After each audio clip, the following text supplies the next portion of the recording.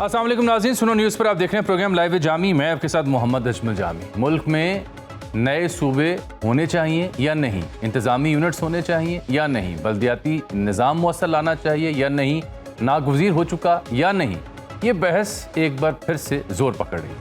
आपको याद होगा चंद हफ्ते पहले हमने यूनिवर्सिटी ऑफ लाहौर में एक ग्रैंड डिबेट करवाई थी, जिसमें मुल्क भर से 24 से ज़ायद माहिरीन तशरीफ़ लाए, जिन्होंने इसके हक़ में भी और उसकी मुखालफत में भी दलाइल दिए। अब इस्लामाबाद में भी चंद रोज़ पहले एक मुबाहिसा हुआ STIP के ज़ेर एहतमाम आबिद क़य्यूम सुलैरी साहब का इंस्टीट्यूट।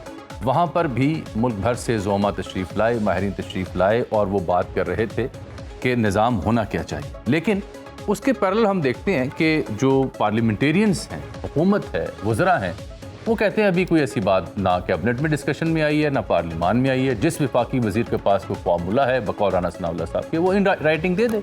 हम देख रहे हैं अलीम खान साहब इसकी बात कर रहे हैं, हम देख रहे हैं मुस्तफ़ा कमाल साहब खुल के बात कर रहे हैं, मोहसिन नकवी साहब बात कर रहे हैं। तो ये क्या काबीना का हिस्सा नहीं है?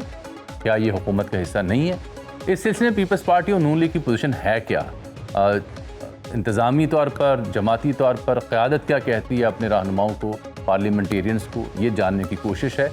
लेकिन चूंकि मेरी खबर भी थी और दुरुस्त भी साबित हो रही है कि ये डिबेट अब नहीं रुकेगी, ये ऑन गोइंग प्रोसेस है। इसके ऊपर डिबेट, इसके ऊपर मुबाहिसा जारी रहेगा और बड़ी संजीदगी से गौर किया जा रहा है। और ये समझ आ रही है कि शायद ये जो मौजूदा सिस्टम है वो उस तरह से डिलीवर नहीं कर पा रहा। उस सिलसिले में दो ही मिसालें आपके सामने हैं, चाहे वो मोहसिन नकवी साहब का बयान हो या फिर तर्जुमान पाक फौज का। गो क्या सईद नकवी साहब ने ये तो कहा है, सईद गनी साहब ने जो सिंध से हैं, कि ये मोहसिन नकवी साहब जो हैं इन्हें सिंध में कोई नहीं जानता।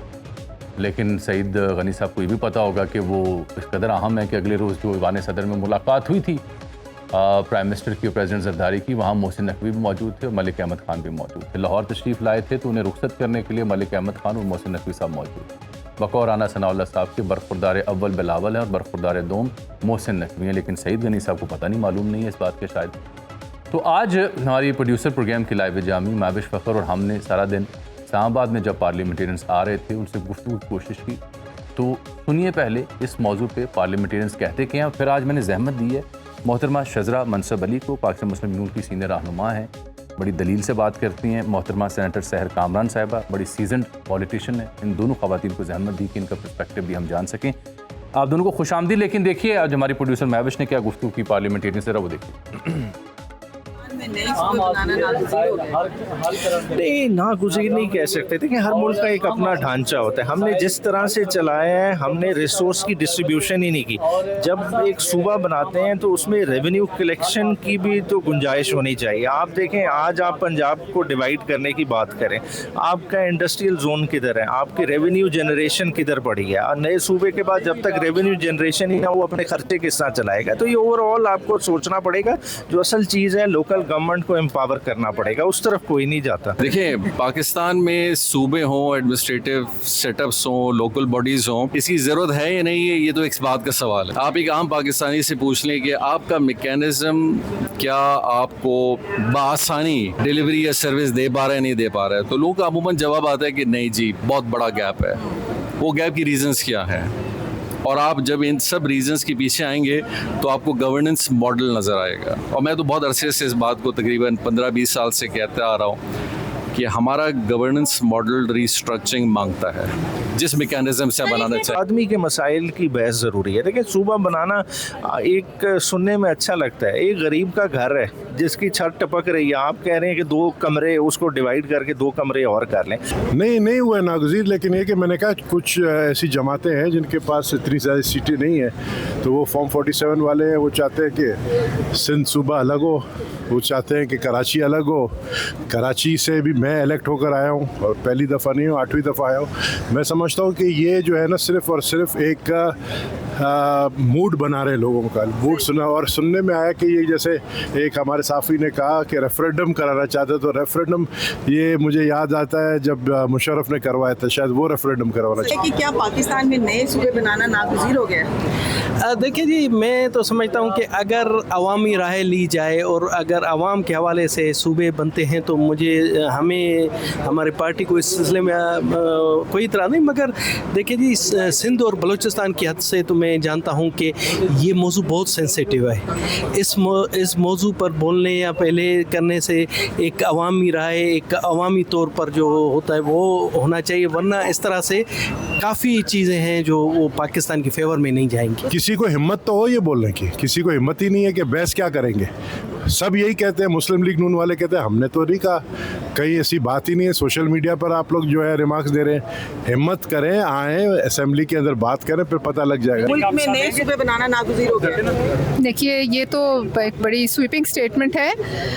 इसके लिए जैसे मैंने कहा, आइन में एक तरीका दर्ज है, आइन से बाहर कुछ नहीं हो सकता और सूबे के अवाम की मर्जी के बगैर भी कुछ नहीं हो सकता। मैम, फिर आप पार्लियामेंट में इस पे बहस होते हुए देख रही हैं? देखिए, जब तक कुछ सामने नहीं आएगा तो पार्लियामेंट में बहस इनिशिएट नहीं हो सकती। ये अभी सिर्फ हवाई बातें हैं। जब तक इस पर कोई चीज़ सामने ना आए इन राइटिंग, ऑन पेपर, या वैसे भी अभी तक कोई ऐसी चीज़ हमारे सामने नहीं है। यहाँ पर बहुत सी अफवाहें गर्दिश करती है। मैं समझता हूँ ये अभी तक अफवाह आई है, और जब पार्लियामेंट में आएगी, वहाँ पर सैर हासिल बहस होगी, तभी पता पड़ेगा। अभी तक मेरे ख्याल में ये जो है न अफवाह ही है, और मुझे नहीं लगता कि कोई संजीदगी से इस पर गौर हो रहा है। जिन लोगों ने ये बहस छेड़ी है, जब वो पार्लियामेंट में आएंगे और पार्लियामेंट को बताएंगे तो फिर ही इस पे हम कोई अपना ख्याल जाहिर कर सकेंगे। यानी PMLN की में कोई ऐसी बात नहीं चल रही? किस चीज़ की? इन नए सूबों के हवाले से कोई बहस मुबाहिसा नहीं होगी? PMLN में जब बात चलेगी तो वो आपके सामने आ जाएगी, वो खुफिया नहीं करेंगे। सेनेटर परवेज़ रशीद से लेके जाम कमाल साहब, नबील कबूल साहब, इन सब की राय आपने सुनी और देखी। शज़रा मनसब अली साहिबा, बहुत शुक्रिया। आपने भी आवाज़ तो आपको आई होगी और आप बाखबर भी होंगी कि आपके अरकान असम्बली क्या चाहते हैं, लेकिन मैं देख रहा हूँ कि मुस्तफ़ा कमाल साहब ये फरमा रहे हैं कि 26वीं और 27वीं तरमीम जब आई थी तो क्या वो काबीना में डिस्कस होकर आई थी? हमें तो वोट के दिन पता चला। अब राना साहब को भी पता नहीं चलेगा जब 28वीं तरमीम आ जाए। क्या वाकई ऐसा है? जी, बहुत शुक्रिया। देखिए, 27वीं या 26वीं जो तरामीम थी, वो जाहिर है कि पार्टीज के बीच में डिस्कशन हुई, विद इन ईच पार्टी पहले डिस्कशन हुई, उसके बाद पार्टीज ने आपस में डिस्कशन की। बिल्कुल सबको पता था, आपको पता ही है कि पीपल्स पार्टी के साथ हमारी डिस्कशंस जारी रही, उसके बाद JUIF के साथ, उसके बाद PTI को भी मौलाना ने उसमें शामिल करने की बहुत जद्दोजहद के बाद और शामिल वो हो भी गए। ये अलग बात है कि बाद में वो डिनाई करते रहे। तो कोई भी ऐसी तरमीम या कोई भी ऐसी चीज नहीं आ सकती असेंबली में जब तक कि विद इन पार्टीज उसकी डिस्कशन ना चले, जब तक उसके ऊपर गौर खौज ना हो। और स्पेशली जो सूबों की अगर बात की जाए तो ये तो एक इतना बड़ा स्ट्रक्चरल चेंज है कि इसके ऊपर तो बहुत जो है डीपली गौर करना पड़ेगा। ये कह देना एक तकरीर में आके, ये कहना कि ठीक है जी हमारी गवर्नेंस इश्यूज है और उन गवर्नेंस इश्यूज का एक सॉल्व करने का तरीका ये है कि सूबे बना दिए जाए, दिस इज वेरी इजी।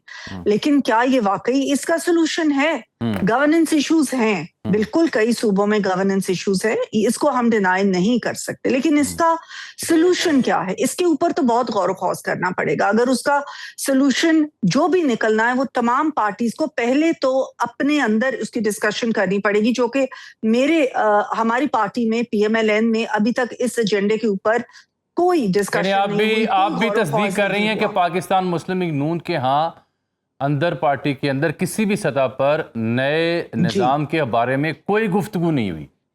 जी बिल्कुल, कोई गुफ्तगू नहीं हुई, कोई पार्टी पॉलिसी इसके बारे में अभी तक नहीं दी। अच्छा, सेनेटर सहर कामरान साहिबा, आपके यहाँ को गुफ्तगू हुई? क्योंकि नबील कबूल साहब ने तो बड़ी अहम बात कर दी। वो कहते हैं ये फॉर्म 47 वाले हैं जो ये बातें कर रहे हैं और ये रेफरेंडम करवाना चाहते हैं। अच्छा, बहुत शुक्रिया जामी साहब। बात ये है कि हमें सबसे पहले तो मैं जब भी कोई बात करूंगी मैं कहूँगी कि हमारा जो भी एक डिस्कशन होता है, ये पहली चीज़ जो है वो पाकिस्तान होती है। बिल्कुल, पाकिस्तान जो है उससे हमें बड़ी मोहब्बत है और हम पाकिस्तान को मुस्तहकम देखना चाहते हैं, वफाक को मना चाहते हैं। तो इसके लिए बहुत ज़रूरी है कि वो चीज़ें जो कि आपकी फॉल्ट लाइंस को एक्सप्लॉइट करें, ठीक है, जो कि मुश्किलात पैदा करें, उनको उन पे बात करने से पहले सेंसिटिविटीज़ को और कॉन्सिक्वेंसेस को ज़रूर देखना चाहिए। बाज़ डिस्कशंस बहुत अच्छे लगते हैं जी, 4-5 बिजनेसमैन मिल गए, कुछ इंटेलेक्चुअल्स मिल गए, कुछ ने बंद कमरों में बात कर ली, तजावीज़ देती हैं, बहुत सारी तजावीज़ होती हैं। लेकिन आइन पाकिस्तान आपको बिल्कुल बताता है कि किस चीज़ का क्या तरीक़ेकार है, और वो इसीलिए होता है कि आप स्टेट को भी प्रोटेक्ट करें, सिटीजन्स को भी प्रोटेक्ट करें। ठीक है, तो एक तरीक़ेकार है कि अगर आपने सूबों की तकसीम करनी है तो उस सूबे की जो असम्बली है, सूबाई असम्बली, वो 2/3 अक्सरियत से करारदाद जो है वो पास करें, इसलिए कि सूबाई असम्बली उस सूबे को रिप्रेजेंट करती है। तो जहाँ तो मैं ये समझती हूँ कि अगर मैं अभी अपने सूबे की बात नहीं कर रही हूँ, मैं आपको ओवरऑल ये बताती हूँ कि जब तक ये तरीक़ेकार आगे ना बढ़े तो हम एक ऐसी बहस जो हमारे जहनों में है और जहनों में डाली जा रही है और ये कहा जा रहा है कि इसको इस पर गुफ्तगू करें, उसको आगे बढ़ाने से पहले जो फार रीचिंग कॉन्सिक्वेंसेस हैं उनको ज़रूर सामने रखें। अब मैं बात करूँगी अपने सूबे की। अब जब सिंध पर आएंगे तो मैं ये कहूँगी कि सिंध में आप एक चाहे किसी भी जमात को ले लें, किसी भी जमात को ले लें जो कि उस सूबे की जमात है, वो कभी भी उस सूबे की तकसीम के लिए तैयार नहीं है। ये कहाँ पे लिखा है कि आप दही इलाकों को और शहरी इलाकों को अलग कर दें? आप किसी सूबे के कैपिटल को बोलें कि जी वो तरक्की जो है वो उसमें ज़्यादा हो गई है, उसको अलग सूबा बना दें। अब जो बात है, अब ये डिमांड कहाँ से आ रही है? MKM से। अगर MKM को एतराज़ है बल्दियाती इदारों में, तो भाई आपने बाइकआउट क्यों किया? आप इलेक्शन में हिस्सा लेते। आप बहुत अरसे तक हर प्रोसेस का पार्ट बने रहे, आप हर हुकूमत का हिस्सा रहे, आप सूबाई हुकूमतों का हिस्सा रहे, आप जो वफाकी हुकूमतों का हिस्सा रहे। और मुस्तफ़ा कमाल की मैं कोई ऐसी बात नहीं करना चाह रही जो कि मैं कह रही हूँ। मुस्तफ़ा कमाल ने अपनी पिछली कई तकारीर में बड़े वजाहत के साथ बताया कि कराची को क्या हुआ, जो कराची को लेके वो ये सूबे की बात करते हैं। उन्होंने बताया कि 25 साल तक रॉ की फंडिंग लेकर एक शख्स ने कराची को तबाह किया, नौजवानों को कत्लो गारतगरी पे लगाया। ठीक है, अब अगर अपनी गलतियों को आप दुरुस्त नहीं कर सकते तो आप एक नया मॉडल कहाँ से लेकर आएंगे? मतलब ये देखना चाहिए। अब फिर कौन जो वफाकी वजीर ये कहते हैं कि सिस्टम नहीं चल रहा, तो मैं कहूँगी इंट्रोस्पेक्शन का तरीका है। आप ये देखें कि अगर आपको लगता है कि आप इकोनॉमी नहीं चला रहे, तो क्या हमारी जो फाइनेंस मिनिस्ट्री को इकोनॉमिस्ट चला रहा है? क्या हम हमारे जो है वो टैक्स और रेवेन्यू नहीं, फाइनेंस मिनिस्टर को तो मेडल दिया गया ना जी। 6 महीने की तनख्वाह बोनस में क्यों दे रहे हैं? फाइनेंस मिनिस्टर को मेडल दिया गया है, वज़ीर ममलिकत फॉर फाइनेंस को मेडल दिया गया है, इंटीरियर मिनिस्टर को मेडल दिया गया उनकी कौमी खिदमात के एतराफ़ में, पब्लिक सर्विसेज के सेक्टर में। तो पता नहीं, वो बता रही हूँ कि वो उनको फाइनेंस मिनिस्टर 6 महीने की तनख्वाहें बोनस उनको देते हैं, उनको जो कि अपने जो है वो अहदाफ हासिल करने में नाकाम है। तो ठीक है, मैं गलतियां वहां दुरुस्तगी करें। जहां गलती आप कह रहे हैं, जहां गलती है उसकी तस्हीह की जाए, पूरा सिस्टम ना छेड़ा जाए। शजरा साहिबा, ये देखिए कि आप जो बात सेनेटर सहर कामरान भी कर रही हैं, ये मोहसिन नकवी साहब काबीना का हिस्सा है, आपकी हुकूमत का हिस्सा है, बल्कि राना साहब तो कहीं कह रहे थे वो नून लीग के सेनेटर हैं। फिर जाम कमाल साहब आपकी काबीना का हिस्सा हैं, फिर उसके अलावा मुस्तफ़ा कमाल साहब इत्तेहादी हैं। तो ये तमाम लोग आपका ही हिस्सा हैं जो ये बात कर रहे हैं। मुझे ये नहीं समझ आती फिर ये क्यों कहा जाता है कि ये लोग नॉन इलेक्टेड हैं या इनकी कोई हैसियत नहीं है। ये तो आप पार्ट ऑफ द गवर्नमेंट लोग हैं जो ये बात कर रहे हैं। जी बिल्कुल पार्ट ऑफ द गवर्नमेंट है, मगर इसमें यह है कि हर पार्टी जो होती है, पहली तो बात है कि उन्होंने अपनी पॉलिसी बनानी है। जो बातें इस वक्त की जा रही हैं वो बिल्कुल हर एक की पर्सनल एक ओपिनियन दिया जा रहा है, और इस तरह के पर्सनल ओपिनियंस के ऊपर कोई भी जो है जामे फैसला कर लेना वो मुमकिन नहीं होता। एक पर्सनल बिजनेस मैन की मीटिंग में एक वजीर ने अपना एक पर्सनल ओपिनियन दिया कि गवर्नेंस के इश्यूज हैं, हमें उसका उनका ये ख्याल है कि सोल्यूशन है। कई लोग कह रहे हैं कि आप रेफरेंडम करा दें। देखिए ये रेफरेंडम करा देना, रेफरेंडम के ऊपर आता हूं, ठहरिएगा शजरा साहब, एक बड़ी अहम बात आप छेड़ी। ये एग्जैक्ट उनके कोट एंड कोट वर्ड है। राना साहब का तबसरा था कि ना प्रेसिडेंट को, ना प्राइम मिनिस्टर को, ना कैबिनेट किसी को इल्म नहीं है। तो राना साहब तो सवाल पूछ रहे थे शजरा साहबा कि ये कोई मिस कॉल है किसी ने दी हुई या मैसेज किया है? आपको क्या लगता है, मिस कॉल है या मैसेज? और फिर मुस्तफा कमाल साहब तो कह रहे हैं उन्हें पता ही नहीं चलेगा। देखिए मैंने पहले भी कहा कि बिल्कुल हर एक को पता था, सब कैबिनेट में भी डिस्कशन हुई, पार्टीज के अंदर भी डिस्कशन हुई और पार्टीज की आपस में भी डिस्कशन हुई, हमारी अपनी इत्तेहादी जमातों के साथ भी डिस्कशन हुई, और इसी तरीके से जो तरमीमें थी उनके अंदर चेंजेस भी काफी किए गए। जो ओरिजिनल डॉक्यूमेंट्स थे उसमें काफी चेंजेस लाए गए, कुछ पीपल्स पार्टी की सजेशन पे, कुछ मौलाना की सजेशन पे, इस तरीके से जाके फाइनलाइज हुई। बिकॉज कोई भी तरमीम एक वोट जब तक इकट्ठे ना हो तब तक तो पास हो भी नहीं सकती ना। कोई भी एक पार्टी तो इस वक्त जो असेंबली या तरमीम पास नहीं कर सकती। एक बात होगी। और दूसरी बात ये है कि ये कह देना कि जो हमें नहीं पता चलेगा या ये इनका मेरा ख्याल ओपिनियन है। मैं समझती हूँ कि कोई भी चीज, कोई भी इस तरह का, और ये तो एक बहुत ही बड़ा, अभी 79 इयर्स पाकिस्तान को बने हो गए। अगर हम एक इतना बेसिक चेंज लाना चाह रहे हैं तो उसके लिए हमें पब्लिक के जो नुमाइंदे हैं उनके साथ, उनको पार्लियामेंट जो कि सुप्रीम फोरम है, पहली तो बात है कि हमें वहां पे डिस्कशन करना पड़ेगा, इसको थ्रेडबेयर डिस्कशन करना पड़ेगा, ये देखना पड़ेगा कि इसके क्या फवायद हो सकते हैं और क्या नुकसानात हो सकते हैं। बिल्कुल ठीक है। मैं एक छोटी सी ब्रेक ले लूं, मैं छोटी सी ब्रेक ले लूं और फिर की बात भी अपनी छड़ी इस पे सेंटर साहिर कामरान साहबा की राय भी लेता हूं। नाज़रीन स्टे विद अस, छोटी सी ब्रेक के बाद वापस आते। Welcome back. एक बात अधूरी रह गई थी कि पब्लिक नुमाइंदे या पब्लिक ओपिनियन, इस पर बात करने से पहले एक तशनगी रह गई सईद गनी साहब के बयान की सूरत में। साहिर कामरान साहिबा वो कहते हैं कि नए सूबे से मुतालिक वज़ीर दाखिला ने बात की तो अगले दिन जवाब दिया, वज़ीर दाखिला की सिंध में कोई सियासी हैसियत नहीं, जो बात करेगा उसको जवाब दूंगा। क्या वज़ीर दाखिला की, जिनको राना साहब कहते हैं कि वो बरखुरदार दोम हैं जरदारी साहब की, उनकी वाकई कोई हैसियत नहीं है सियासी? देखिए, जरदारी साहब तो हर शख्स के सर पे जो है शफकत का हाथ रखते हैं। तो पाकिस्तान खप्पे का नारा लगाने वाले लीडर हैं, जिन्होंने मुश्किल तरीन हालात में पाकिस्तान को यकजहती की तरफ और वफाक को मजबूती की तरफ राग़िब किया, जिन्होंने आइन को बहाल किया, सूबों को खुद मुख्तारी दी और पाकिस्तान को मजबूत किया। तो आप जो है, मैं बाकी ये कहूँगी कि जिनको लगता है कि गवर्नेंस अच्छी नहीं चल रही, तो मैं उन्हें कहूँगी कि आप अपने गवर्नेंस सिस्टम को बेहतर बनाएं। आप एक इंस्पेक्शन करें, देखें कि आपकी कहाँ गलतियाँ और खामियाँ हैं। ये कहाँ कि अगर आपकी कोई गलती खामी है तो और आपसे बेहतर निज़ाम नहीं चल रहा तो आप पूरे निज़ाम को तहबाला कर दें। ये एक, मैं समझती हूँ कि थोड़ा सा जो है ना, हम एक्साइटमेंट में या तो मुझे लगता है कि डिबेट इसलिए जनरेट हुई है कि किसी अहम इशू की तरफ से ध्यान बटाना है, या ये कुछ लोगों के जहन में आ गया कि आप कार्डियोलॉजिस्ट को बोलें कि जी आप बिल्डिंग बना दें, कार्डियोलॉजिस्ट को बोलें कि जी आप बिल्डिंग बना दें, इंजीनियर को बोलें आप डेंटल सर्जरी कर दें। आई बिलीव जिनका काम है, जिन्होंने आइनी माहिरीन हैं, जो आइन को समझते हैं, जिनको ये पता है कि आइन किस लिए होता है, ये उनकी जिम्मेदारी है कि वो ये देखें। बाकी ये कि मैंने पहले भी कहा कि फॉल्ट लाइंस को एक्सप्लॉइट ना करें, एक्सप्लोड ना करें, इसके फार रीचिंग कॉन्सिक्वेंसेस हैं। हम मुल्क के अंदर हार्मोनी देखना चाहते हैं, स्टेबिलिटी देखना चाहते हैं, प्रॉस्पेरिटी देखना चाहते हैं, और किसी की नीयत पे कोई शक नहीं है, किसी की नीयत पे शक नहीं है। शक इस बात पर है कि आप जो तजावीज़ लेके आ रहे हैं वो कितनी काबिल अमल है और कितनी देर पा हैं।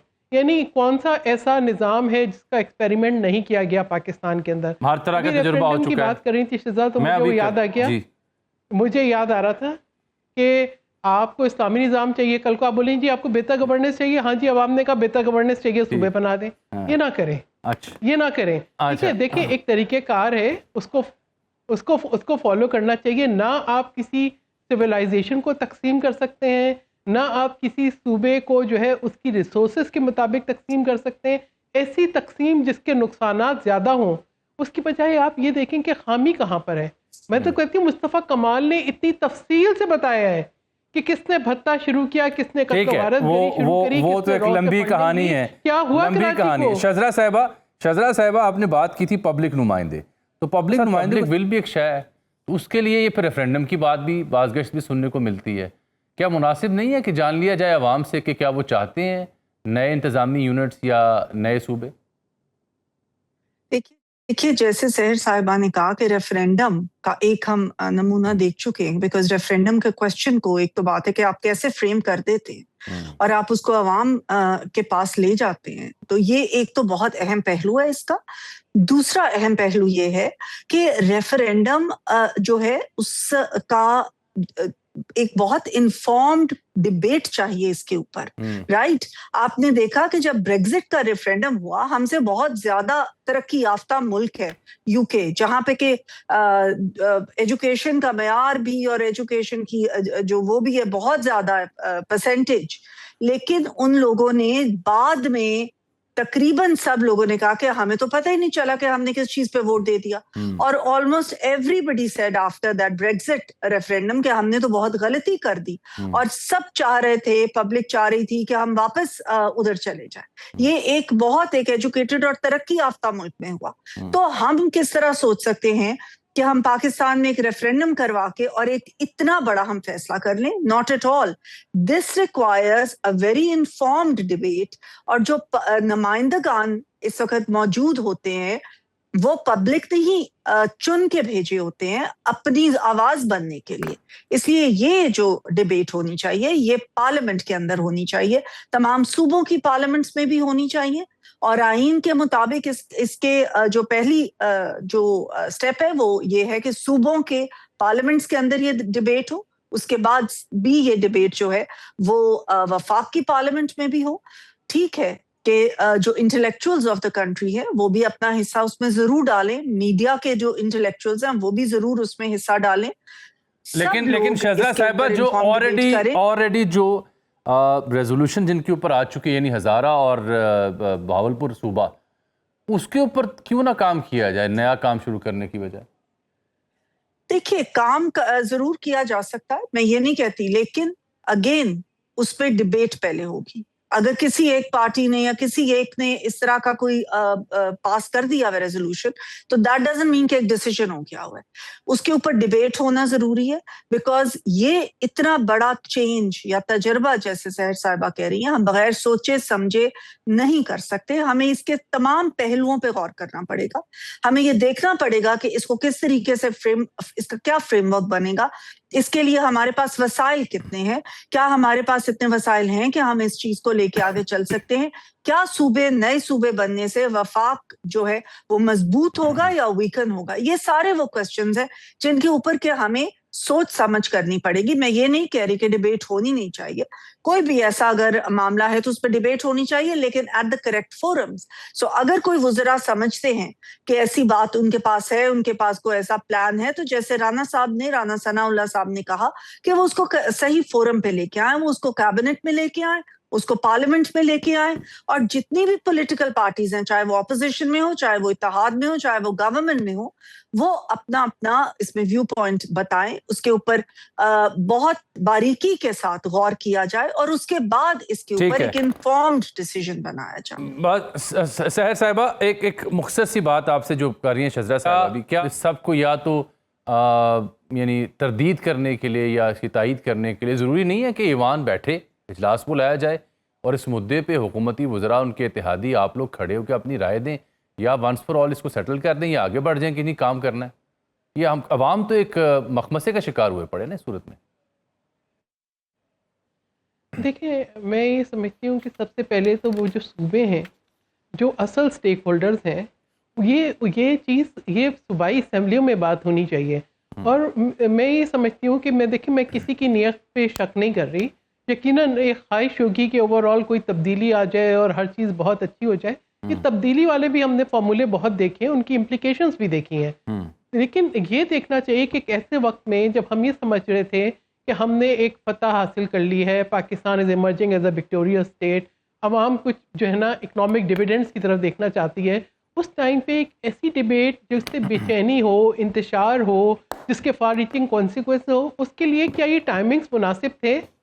ये भी बहुत मैं समझती हूँ इंपॉर्टेंट चीज़ है। तो ये होता है ना जिसका काम उसी को साजे, ये जिनका काम है पार्लियामेंटेरियंस का, जो कॉन्स्टिट्यूशनल माहिरीन है, ये उन पे छोड़ दें, उनको देखने दें। उनको मैं समझती हूँ कि हमारे यहाँ सबसे बड़ा एक अलमिया ये होता है अजमल, जिसकी हम आज तक भुगतते हैं असरात, कि हम जो है ना शॉर्ट साइटेड जो है पॉलिसीज बनाते हैं, सोचते हैं ये ओवरऑल ये होगा। बहुत बहुत शुक्रिया। वक्त की कमी, सेनेटर सहर कामरान साहब, शहज़ाद मनसब अली साहब, आप दोनों की राय, पार्लियामेंटेरियंस दोनों, उनकी आपने गुफ्तगू सुनी। अब एक ब्रेक ले रहे हैं। ब्रेक के बाद हम जाएंगे मोहम्मद अली दुरानी साहब की जानिब, जो हमारे इन दोनों रहनुमाओं की निस्बत, पीपल्स पार्टी और नून लीग की निस्बत कुछ और राय रखते हैं। उनको ये लगता है कि नागुज़ीर हो चुका है नया निज़ाम लाना, नए सूबे लाना, नए यूनिट्स लाना। उसकी दलील उनके पास क्या है, ये जानने के लिए मेरे साथ रहिएगा। मिलते हैं एक छोटी सी ब्रेक के बाद। प्रोग्राम में एक बार फिर से आपको खुशामदीद कहते हैं। अभी हमें ज्वाइन किया है सीनियर सियासतदान जनाब मोहम्मद अली दुरानी साहब ने। मुल्क में निज़ाम क्या होना चाहिए, नए सूबे बनने चाहिए, नागुज़ीर हो चुके हैं, इंतज़ामी यूनिट्स बनने चाहिए, एक मुअस्सर बल्दियाती निज़ाम होना चाहिए। इसके ऊपर मुबाहिसा शुरू हो चुका है। आपको याद होगा हमारे ही प्रोग्राम के प्लेटफॉर्म पे आज से चंद हफ्ते पहले यूनिवर्सिटी ऑफ लाहौर में इस पर ग्रैंड डिबेट हुई, और फिर उसके सिलसिले में दूसरी ग्रैंड डिबेट जो हमने देखी वो इस्लामाबाद में आज से चंद रोज़ पहले STPI के ज़ेर एहतमाम आबिद क़य्यूम सुलैरी साहब इस इंस्टीट्यूट को हेड करते हैं। वहाँ से भी मुल्क भर के दानिश्वर, सियासतदान, तज्ज़िया निगार मौजूद थे जिन्होंने इस बारे में गौर किया। अब मसला ये है कि जहाँ तक पाकिस्तान पीपल्स पार्टी और नून लीग का ताल्लुक है, उनके जो ज़िम्मेदार हैं जैसे राना सनाउल्लाह साहब, वो कहते हैं अभी तक तो हुकूमत से नए सूबों के ऊपर किसी ने कोई गुफ्तगू नहीं की, पार्लियामान में मामला ज़ेर बहस नहीं आया, और किसी अगर वज़ीर के पास कोई फार्मूला है तो वो रिटन में पेश करे। लेकिन उसके बरअक्स मुबाहिसा कौमी सतह पर भी हो रहा है, TV चैनल्स पे भी हो रहा है, ओपिनियंस सोशल मीडिया के ऊपर भी शेयर की जा रही हैं, और यूँ लग रहा है कि एक अंगड़ाई ली जा रही है इस सिलसिले में। मोहसिन नकवी साहब बोले थे, उसके बाद तर्जुमान पाक फौज की प्रेस कॉन्फ्रेंस आपने देखी थी। तो मोहसिन नकवी साहब क्या काबीना का हिस्सा नहीं है? क्या वो एक अहम तरीन वज़ीर नहीं है? अगर वो ये बात कर रहे हैं तो ज़ाहिर सी बात तो ऑब्वियसली सोच समझ के कर रहे होंगे। इस सब को समझने के लिए और नागुज़ीर क्या है इसको जानने के लिए दुरानी साहब इस सिलसिले में एक अथॉरिटी हैं, बहुत काम किया उन्होंने नए सूबे के लिए भी और बल्दियाती निज़ाम के लिए भी, तो उनको इसलिए मैंने ज़हमत दी। दुरानी साहब, आज मैं आपसे फ़िलोसॉफ़िकल गुफ्तगू करने की बजाय कुछ बुनियादी चीज़ें समझना चाह रहा हूँ आपके तजुर्बे की रोशनी में। ये नागुज़ीर क्यों हो चुका? इसको पीपल्स पार्टी और नून लीग मानने से या इसका इदराक करने से इनकारी क्यों है?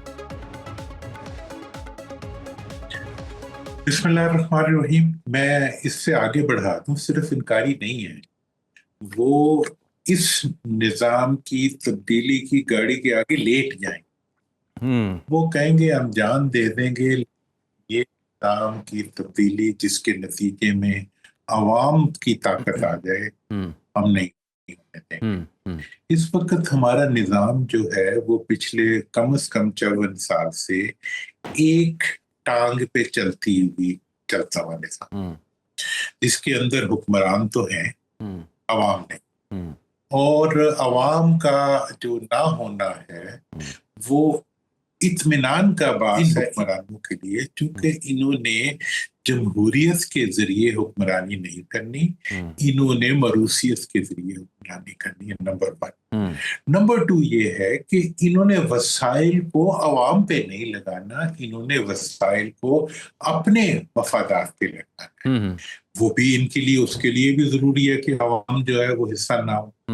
अब इस लंगड़ी हुकूमत और इस लंगड़े निज़ाम, इस एक टायर पे चलती हुई गाड़ी को आप कितना चला सकते हैं? रिजल्ट हमारे सामने है कि ना मुल्क की मईशत चल रही है, ना मुल्क की एक्सपोर्ट्स चल रही है, ना मुल्क की गवर्नेंस चल रही है, ना मुल्क के अवाम जो है, ना अवाम को पढ़ाई दे रही है, ना अवाम को सेहत दे रही है, ना अवाम को इंसाफ दे रही है, ना अवाम को, मतलब यह है कि अवाम के जिम्मे अगर कुछ है तो लेवी है, अवाम के जिम्मे अगर है तो नाजायज टैक्सेस हैं, अवाम के पास अगर कुछ है तो महंगी तरीन बिजली है, अवाम के पास अगर कुछ है तो यह है कि अगर बच्चों की फीस दे दो तो फिर बिजली का बिल ना दे पाओ।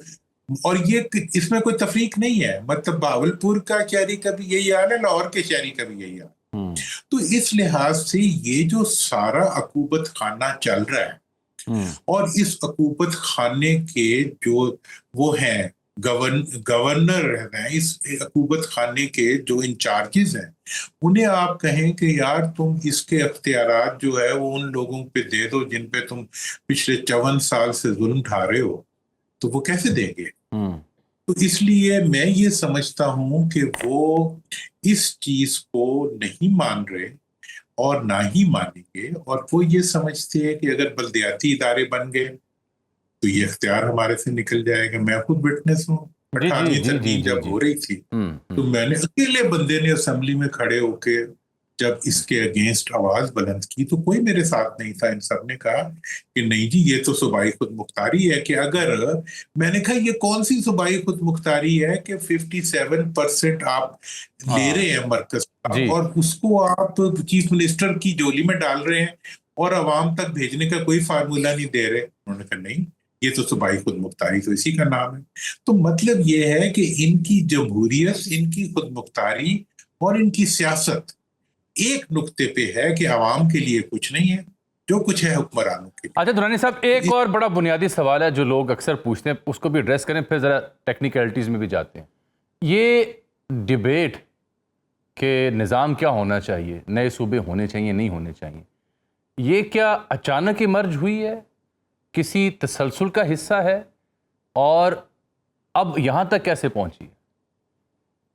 देखिए, मैं इसको पूरे यकीन से कह सकता हूं कि ये अचानक इमर्ज नहीं हुई, ठीक, क्योंकि इसका नुक्ता आगाज तो मैं खुद हूँ 2008 में, और आप तो वैसे भी विटनेस है सारी चीजों के, माशाल्लाह यंग थे आप, लेकिन फिर भी आपने विटनेस किया कि मैंने 2008 में और 9 में बहावलपुर सूबे की बहाली और जनूबी पंजाब सूबे के कयाम और इसके साथ साथ नए सूबों के कयाम का पूरा एक रैशनल जो है बनाया था, और आप ही के चैनल्स के जरिए और प्रोग्राम्स के जरिए मैंने उसको प्रोपोगेट किया था। और उसकी प्रोपोगेशन के बाद ये निकला कि 2012 तक इतना मोमेंटम बना कि बहावलपुर सूबा, जनूबी पंजाब सूबा और हजारा सूबा, इन तीनों सूबों के बारे में पंजाब की असेंबली ने भी यूनानिमस रेजोल्यूशन कर दिया और केपीके की असेंबली ने भी यूनानिमस रेजोल्यूशन कर दिया कि ये बनने चाहिए। इसलिए मैं ये नहीं समझता कि ये अचानक निकली हुई चीज है ये। और दूसरी बात ये है कि ये आइन के तरीके के मुताबिक चली हुई तहरीक। मैंने जो तहरीक चलाई थी, देखें 2/3 से सूबाई अक्सरियत चाहिए, 2/3 में मेरी 2/3 जो सूबाई अक्सरियत थी वो 2/3 नहीं थी, वो मुकम्मल थी। उसके बाद जो है वो सूबों को बन जाना चाहिए था, लेकिन 2013 के इंतखाबात को गुजार के उस वक्त तक तो ये नीवे रहे, फिर ये मुकर गए। अब 14 साल से मुकरे हुए लीडर हैं। अब ये हुआ है कि कुछ और लोग भी जाग पड़े, और मुझे लगता है कि एस्टैब्लिशमेंट को भी इस चीज का एहसास हुआ है कि यार ये तो मुल्क चल ही नहीं रहा। मैं मतलब अगर कोई कहे कि यार ये मुल्क चल रहा है, तो मुझे आपको गाड़ी दिखा दें जो एक टायर पे चल सकती हो या 2 टायरों पे भी चल सकती हो, नहीं चल सकती। लिहाजा ये वो निजाम है जिसके अंदर आवाम नहीं है, जिसके अंदर आवाम का वोट तो इन्होंने हाइब्रिड के नाम पे खींच लिया, और अब जो है ये आवाम को अख्तियार भी देने पे तैयार नहीं है। तो इसलिए मैं ये समझता हूं कि ये अचानक पैदा नहीं हुआ, ये ग्राउंड के ऊपर जो ग्राउंड स्वेल है अवाम की मुश्किलात का, अवाम की डिससेटिस्फेक्शन का, और मुल्क के इस्तेहकाम के लिए जब कोई भी ऐनक लगा के आप मुस्तकबिल में देखेंगे तो आपको पता चलेगा कि अवाम को इन्वॉल्व किए बगैर कोई निजाम नहीं, अवाम को इन्वॉल्व किए बगैर कोई निजाम नहीं चल। ठीक, अब आ जाते हैं सर। अब पैरेलल 3-4 इक्वेशन सामने आ रही हैं, जैसे मियां आमिर साहब का भी एक फार्मूला है, जिस मुबाहिसे में आप गए, आबिद क़य्यूम सुलैरी साहब, या हमारे यहाँ जो यूनिवर्सिटी ऑफ लाहौर में हुआ था जिसमें आप मौजूद थे, कई एक तजावीज़ हैं। सो वे फॉरवर्ड है क्या इंतज़ामी यूनिट्स यानी डिवीजन्स को सूबे का या इंतज़ामी यूनिट का दर्जा दिया जाना चाहिए, सूबों के अंदर से तकसीम होकर नए सूबे होने चाहिए, या दोनों छोड़ के सिर्फ एक मौसर बल्दियाती निज़ाम होना चाहिए? आपको इन तमाम मुबाहिसों और डिबेट्स में हिस्सा लिया, आपकी अपनी राय भी है, तो आप कहाँ पहुँच रहे हैं? देखिए, मैं तो इस चीज़ पे बड़ा क्लियर हूँ। मैं 2009 से क्लियर हूँ। 2001 में जब बल्दियाती निज़ाम बना था मैं उस वक्त भी क्लियर था। मैं एक तालिब इल्म हूँ, चूँकि मेरी इसके बारे में ये ओपिनियन है कि नए सूबे बनना जो है वो पाकिस्तान की ज़रूरत है, क्योंकि जो गवर्नेंस का सिस्टम है जो सूबों में चलता है उसमें जब फासला और जब कल्चरल चेंजेस और जब हिस्टोरिक डिस्टेंसेस या फिजिकल डिस्टेंसेस ज्यादा हो जाते हैं तो उससे गवर्नेंस जो है वो सफर करती है। मैं आपको मिसाल दे देता हूँ बहावलपुर की, कि बहावलपुर का 2009 में मैंने कैलकुलेट किया था कि बहावलपुर का जो शेयर बनता था एनएससी अवार्ड के हिसाब से वो 38 बिलियन के करीब था। If I am not wrong, मैं कोई फिगर में ठीक भी कर लूंगा, लेकिन इसके करीब होगा। और जो बहावलपुर को मिल रहा था वो 1 बिलियन। पंजाब का 70% बजट जो है पिछले 10 साल से उस वक्त वो एक शहर पे लगा, मतलब, और वो शहर पे नहीं लगता, शहर के अवाम पे नहीं लगता, शहर की सड़कें और शहर की बड़ी गाड़ियों के रास्तों पे लगता। तो इस लिहाज से अब यह है कि ना वहां पे कोई मतलब डेवलपमेंट हो रही है ना, वहां कोई स्कूल बन रहा है ना, वहां के खत्ते गुर्बत से नीचे उस वक्त भी 55% लोग थे, आज भी 58% लोग हो गए होंगे। मतलब वो खित्ता जो गंदम सबसे ज्यादा देता है, जो गन्ना सबसे ज्यादा देता है, चावल सबसे ज्यादा देता है, सही। मतलब पाकिस्तान की फूड बास्केट बनने का पोटेंशियल रखता है, उसको इन्होंने रुस्वा कर दिया। हजारा पे आ जाए, हजारा इस वक्त जो है उसकी सिर्फ जो वो है इंडस्ट्रियल स्टेट है हतार की, मतलब वो पूरे हजारा को चला सकती है। वहां पे जो पोटेंशियल है आपका इसका थर्मल पावर का और इसका आपका सही हाइडल पावर का, वहां के जो मिनरल्स हैं, मतलब वो कहते हैं कि जी हमें तो सिर्फ हमें अपना ही कंट्रोल दे दें और हमारे वसाइल हमारे पास हो, हम पूरे पाकिस्तान को फीड करेंगे। और मैं अच्छा दुरानी साहब एक नई इक्वेशन तो मैं ऐसा नहीं कहूंगा, एक और तजवीज़ बात हो रही है वो कुछ यूं है कि को 1 यूनिट टाइप की सोच नाम शायद ये ना हो और डिवीजन्स की जो एडमिनिस्ट्रेटिव हैसियत है वो उसके अंदर कायम कर दी जाए, ताकि वो बज़ाहिर सूबे तकसीम भी ना हो और वो एडमिनिस्ट्रेटिव यूनिट्स बन जाएं और एक 1 यूनिट टाइप की फार्मूला। क्या ऐसी भी सुनगुन आपको है, ये काबिल अमल है या नहीं? क्योंकि ये तजुर्बा हम 55 से 70 तक कर चुके हैं और नाकाम रहा। देखिए 1 यूनिट जो 55 में और 54 में बना था वो तो बेहूदगी थी, वो पाकिस्तान के लिए नहीं था, वो मशरकी पाकिस्तान को अंडरडॉग बनाने के एग्जैक्टली वो मशरकी पाकिस्तान को पाकिस्तान से जुदा करने के लिए। जो आपका जो 56 का आइन था वो आइन नहीं था, वो आइन मतलब तकसीम पाकिस्तान था, इसलिए उसको छोड़ दें। इस वक्त की मैं आपको सिंपल सा फॉर्मूला बता दूं कि मेरे ख्याल में इस वक्त आपके पास 2 रास्ते हैं।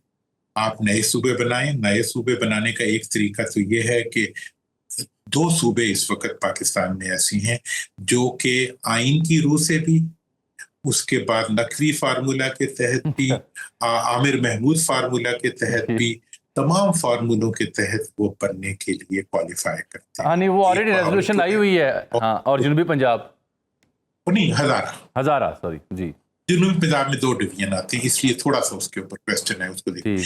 ये दोनों जो है हर क्वालिफाई करती। मेरा एक बस दरखास्त है कि एक दफा इन 2 सूबों को आप बना दें, मैं आपको 2 साल के अंदर जो है पूरे पाकिस्तान की गंदम जो है वो बावलपुर से पैदा करके दे दूं। ये तो हमें 64 lakh acre of virgin land is lying there waiting. तो दुरानी साहब, अगर ये आपने 2 सूबे बनवा लिए और वहाँ कोई कॉम्पिटेंट सीएम आ गया, कोई नई क़यादत आ गई ख़ानदान अशराफिया से हट के, तो फिर तो बड़ा मसला हो जाएगा ना।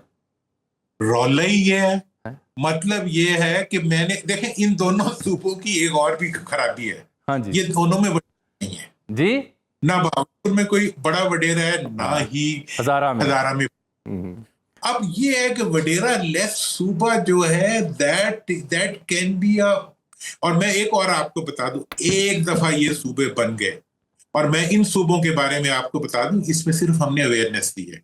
अवेयरनेस के बाद मैं चैलेंज करता हूं जरदारी साहब को, मैं चैलेंज करता हूं मियां साहब को, मैं चैलेंज करता हूं हर लीडर के बावलपुर में खड़े होके बावलपुर के खिलाफ बात करें, फिर मैं देखता हूं वो कहां। हजारा में खड़े होके हजारा के खिलाफ बात करें, मैं देखूंगा वो कहां। मतलब ये है कि मियां आमिर महमूद चला जाए, मोहसिन नकवी चला जाए, आप चले जाए, मैं चला जाऊं, कोई चला जाए, वहां जाके सूबों के हक में बात करें, लोग आपको कंधों पर उठा लेंगे। मतलब ये है कि ये अवाम की अवेयरनेस कर। मैं कल शिकारपुर में, मुझे 2 हफ्ते दे दें, उसके बाद जो कुछ वहां होगा मुझे, ये बात नहीं है। बात ये है कि आप कहते हैं कि हमने कौम की आंखों पे पट्टी बांध के, इनके बाजू, इनकी पुष्ट पे बांध के, इनकी एक टांग को काट के हमने इसी तरह इनको चला। अब ये आपकी मर्जी है। अच्छा, ये दोनों बड़ी सियासी जमातों के जो ज़ोम हैं, ये प्राइवेटली तो कुछ और बात करते हैं, पब्लिकली ये कहते हैं जी वो अवाम तो तैयार ही नहीं है, अवाम तो ऐसी किसी शय के लिए विलिंग नहीं है, अवाम की अभी मर्जी नहीं है, अवाम पे तसल्लुत नहीं किया जा सकता, पार्लिमान में बात आई नहीं, काबीना में बात आई नहीं। बात एक लिहाज से उसूली तौर पर ठीक है कि should be discussed before the parliament, before the cabinet, वहाँ तो बात ही नहीं हो रही। लेकिन 2 नुक्ते मैं पूछ रहा हूँ, अवाम तैयार नहीं और पार्लिमान। देखें जी, वो पश्तो का एक मुहावरा है, दा गज वो दा मैदान। वाह, कि ये गज है और ये मैदान है ना, आप लो इसको, ठीक है ना जी। मैं कह रहा हूं कि 2 का रेफरेंडम आज नहीं कराएं, कल नहीं कराएं, आज करा दें, भावलपुर का और हजारा का। ठीक है, आप देख लें आप कहाँ खड़े हैं। असल बात ये है कि पार्लियामेंट में क्यों नहीं आया? कोई हया है, कोई शर्म है? मुझे 9 मई 2012 को मैंने वोट दिया था जाके सूबाई असेंबली के अंदर यूनानिमसली बावलपुर सूबा और जनूबी पंजाब सूबे के लिए, हजारा के लिए 3 दफा KPK की असेंबली के अंदर मैंने जाके वोट डाला था या इन्होंने डाला था। यार ये तो मतलब 14 साल से अवाम को झूठ के ऊपर धोखा दे रहे हैं। इनके ऊपर तो वैसे ही आर्टिकल 6 लग जाना चाहिए। आर्टिकल 6 लग जाना चाहिए? क्यों? ये तो बड़ा खौफनाक, नहीं ये बड़ा खौफनाक आर्टिकल है। आर्टिकल 6 बड़ी खौफनाक है। तो अवाम को की आसानी पे ये सारा आर्टिकल 6 तो अवाम पे हमेशा से लगा हुआ है कि अवाम का इख्तियार में हिस्सा नहीं है, अवाम का अख्तियार में हिस्सा नहीं है, अवाम का वसाइल में हिस्सा नहीं है, अवाम का इंसाफ में हिस्सा नहीं है, अवाम का जो है तालीम में हिस्सा नहीं है, अवाम का सेहत में हिस्सा नहीं है। कहाँ है अवाम? वो सारी लेवी की शक्ल में जो है पूरे हुकूमत को चलाए CD 70 वाला और मतलब खाए जो है वो मर्सिडीज बेन वाला। मतलब ये तो कोई फार्मूला नहीं है, ये तो कोई कानून नहीं है, ये तो कोई इंसाफ नहीं। लेकिन मुस्तफ़ा कमाल साहब ये कहते हैं कि 26वीं 27वीं जब आई थी तो बस हमारा काम इंडोर्स करना होता है इनका, और ये राना सनाउल्लाह को पता भी नहीं चलेगा कि कब 28वीं आती है और कब उसकी इंडोर्समेंट आती है। मुझे ये लगता है कि नहीं, 26वीं 27वीं के बरक्स ये मामला सूबों का दोनों सियासी बड़ी जमातों के लिए ज़िंदगी और मौत का मसला है, तो बज़ाहिर कोई ना कोई खड़ाक होगा। क्या आपको भी ऐसा लगता है? देखिए, मैं तो शर्तिया ये बात 100 दफा कह चुका हूँ कि ये दो पार्टियां नहीं। देखिए, मैं आपको बताऊं, पाकिस्तान की क्रीम वो लोग हैं जो इलेक्शन लड़ते हैं। पाकिस्तान का सबसे अच्छा इंसान हल्के का सियासतदान। पाकिस्तान लुट के है हुक्मरानों के और लीडरों के हाथ। मतलब वो लीडर जो ना हल्के वाले को मिलते, कितनी दफा मिलते हैं, मतलब एक अभी मुझे बताएं पंजाब के MPs जो है उनसे कितनी मुलाकातें हो चुकी हैं, उनकी क्या है? ये तो अवाम को और इन लोगों को तो आज अगर आप सब कुछ हो, इसीलिए तो मैं कॉन्फिडेंस से बात, मेरा क्या है, देखिए मैं कोई बड़ा कोई हल्के वाला सियासतदान तो हूं नहीं, मैं तो एक गरीब मस्कीन, एक जिसे कहते हैं एक ताकत के साथ एक सोच रखने वाला इंसान हूं और कॉम्प्रोमाइज ना करने वाला इंसान हूं। इतने साल मैंने इक्तदार को इनकार किया है तो किसी एक पे किया है ना। तो मैं आज भी ये कह रहा हूं कि इस वक्त ये दो खानदान जो हैं ये तो उस गाड़ी के आगे लेट जाए जो इस नए सूबों के बनाने के लिए चलेगी। लेकिन इनके पीछे जब ये वो मुझे ठीक लगती है उसकी बात आपने किन की, मुस्तफा कमाल की, ये जब उठेंगे तो अकेले ही लेटे होंगे, पीछे अवाम नहीं होंगे। ये तो मतलब ये तो दुरानी साहब मेरा ख्याल आप मेरे ख्याल कल प्रेस कॉन्फ्रेंस भी कर रहे हैं, वो भी सुनते हैं, आपसे मजीद मुज़ाकरा भी होगा इस सिलसिले में। ये फार्मूले तो 3-4 हो गए ना, दुरानी फार्मूला, मियां आमिर फार्मूला भी हो गया, नकवी फार्मूला भी हो गया और एक फिर किसी और का फार्मूला भी होगा, तो इस पर बात होती रहेगी। आज के लिए आपका बहुत शुक्रिया, आपने वक्त दिया। नाज़रीन, ये जो सब कुछ आपने सुना, ये डिबेट अब जारी रहेगी, ये मैं खबर दे रहा हूँ, तज्जिया नहीं, ये काम जारी रहेगा, इसके ऊपर काम पीछे नहीं हटे। आज के लिए इतना ही, अल्लाह हाफ़िज़।